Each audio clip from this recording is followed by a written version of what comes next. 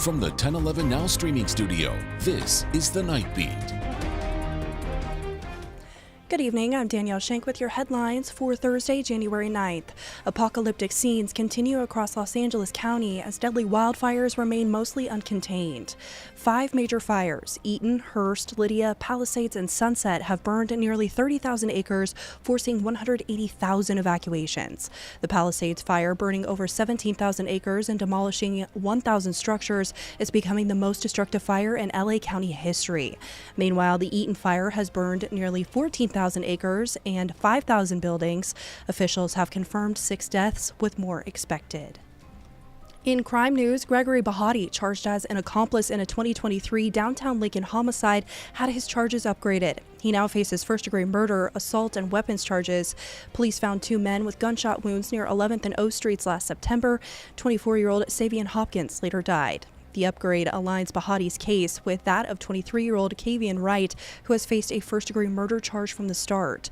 The new charges allow prosecutors to focus on Bahati's direct involvement in the murder rather than as an accomplice. Day 2 of the 109th legislative session had a spotlight on bill introductions, with some already turning heads. Senator Lauren Lippincott reintroduced his winner-take-all bill to end Nebraska's split electoral vote system. The most important point of winner take all, and that is it helps represent rural America, and that includes rural Nebraska. But some Omaha senators see it as a disenfranchisement. I think it's really unfortunate that we are trying to pass policy that silences and removes the voice of certain voters, residents in our community. I think the beauty of having the split electorate vote is that it allows for all voices of our community to be represented. Governor Jim Pillen voiced support, saying senators need to address this before the next presidential election. Now, property taxes remain a key focus for state senators. A group introduced LB 81 today, aiming to provide relief to Nebraskans who lost their 2023 property tax credit. At a press conference, senators explained that 85% of Nebraskans deferred their 2023 taxes to 2024, but due to last year's decision to front-load taxes for 2024, those taxpayers became ineligible for the credit.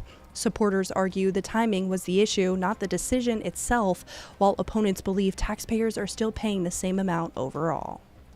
Lastly, some good news as Chick-fil-A is planning a new location in Lincoln's North Star Crossing development. The locally owned restaurant will create 80 to 120 jobs. Lincoln currently has 3 Chick-fil-A locations, one at 48th and O, the Nebraska Union, and near South Point Pavilions. Rounding out your night beat is a check of the 7-day forecast.